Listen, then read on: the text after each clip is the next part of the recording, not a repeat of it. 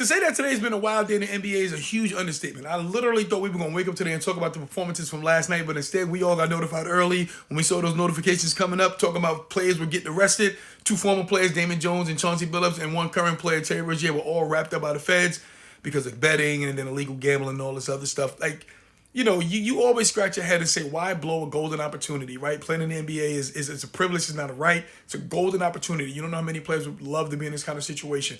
I get players have vices, players have, they need their fix. Some players are addicted to doing stupid shit, excuse my language. Terry Rozier, his name's been floating around for a little while. The whole thing with the Malik Beasley, his name had been floating around with NBA investigators about gambling and things of that nature. Name got cleared by NBA investigators, right? It was kind of flying low. I thought he dodged a bullet. But, when you're dealing with the feds, they're going to find something out. And according to reports, he was allegedly telling people in the betting ring that he was going to take himself out of a game, help, leverage their prop bets. But it's like, what do you get from that? You make 20-some-odd $million a year. What can they possibly do for you? Why would you ruin that? Why would you go through something even like... Now he faced the risk of being, banned from the league. They didn't say that this is what was going to happen. Obviously, his lawyer said they're going to fight. Terry wants to clear his name, but he's supposed to say that.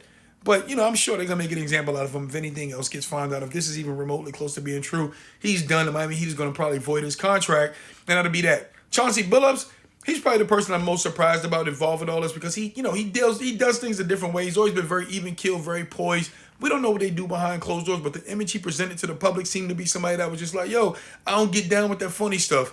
But apparently he does get down with that funny stuff because he was wrapped up with the mob, with this whole thing, with this poker scam that they had running. He wasn't just involved with the mob. He was involved with three of the worst families, or when I say worst, like three of the strongest families, like the Genovese, the Lucchese, and the Gambino family. Like how do you even get to that point? Like, you're an NBA Hall of Famer. You're currently a head coach. And it was like he was doing this nonsense. He's on administrative leave now. He's probably done with the Blazers. So you got to ask yourself, is this even worth it? Like, was it even worth defrauding people, putting yourself in a situation and be involved with these people? And then you got Damon Jones. He was involved with Chauncey with this whole thing with the mob. And it's like they were defrauding players from different places, right? You had Miami, you had Vegas, you had the Hamptons, and you had New York City.